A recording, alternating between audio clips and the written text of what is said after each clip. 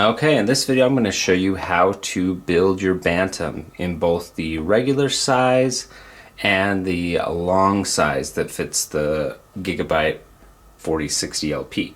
So of course we're going to start with our base, our 3D printed base. This features, at least when I make them, you buy them off my website, they come with a TPU, a bottom for every one of the corners, high temperature resistant, and then you've got a carbon fiber infused PETG, high quality. You can see the quality of this print. It's very good. So yeah, so we'll take that, put the base right here, and the lid for the Bantam long is this one.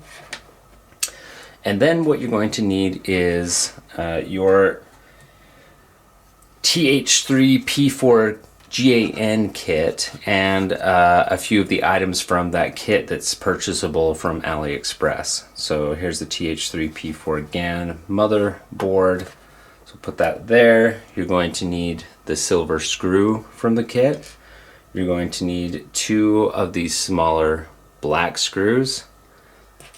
And you're also, for this build in the Bantam long, you're going to need this PCI Express adapter, which comes in the GAN kit. We'll put that right there. And of course, you'll need a GPU. So here is the Gigabyte 4060 LP.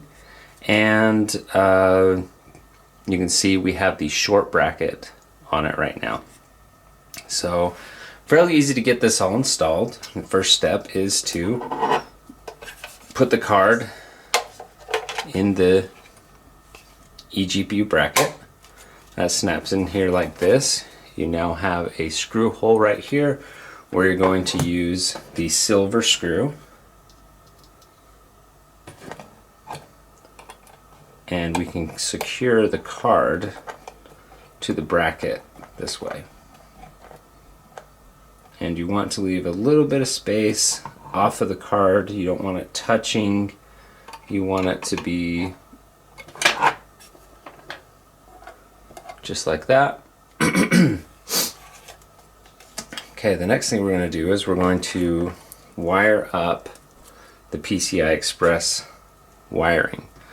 So you can see on the back there, we can now wire. You got a motherboard facing side, which is this one that has 2 lines coming off of it. We only need 1 for this card, so that we're going to take this one and we're going to attach it right here. Make sure it's clipped on either one of those. And then what you're going to do is you're going to kind of fold it down, because it is quite a tight fit in this case. You're going to fold it down and then across like this. Like this. And if you have some twist ties, it's a good idea to twist tie that down. But for illustrative purposes, I'm not going to do that right now. At this point in the game, you can secure this directly inside this case. It is a tight fit.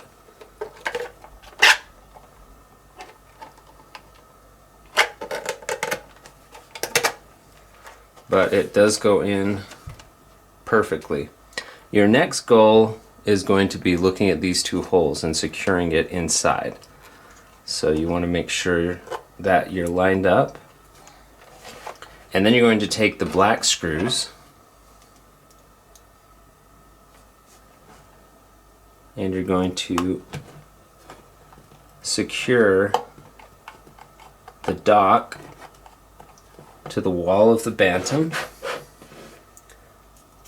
using these 2 screws that should line up with the TH3P4 board. And if they're not lining up, just massage it a little bit until you get it in there. So now it's in there nice and secure. Okay.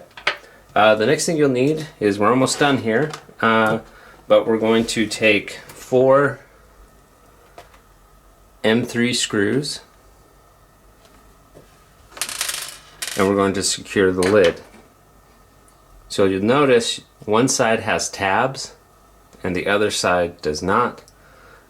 So one side has tabs because the GPU is so close to that top edge, I can't run a screw through it appropriately from the inside, so I do that on the outside, on that edge. So what you want to do is tuck this lid underneath there, like this. See, that fits super nicely. And then on the other side, same thing, it has a small lip, and you can get it to fit just like that. And you've got this perfect fit. My screws are using a hex head. You don't have to do that, but you know, you don't want these screws too long because then they'll start running into things. So something that looks about like this is what you're going to want. And then you can secure the lid just like this.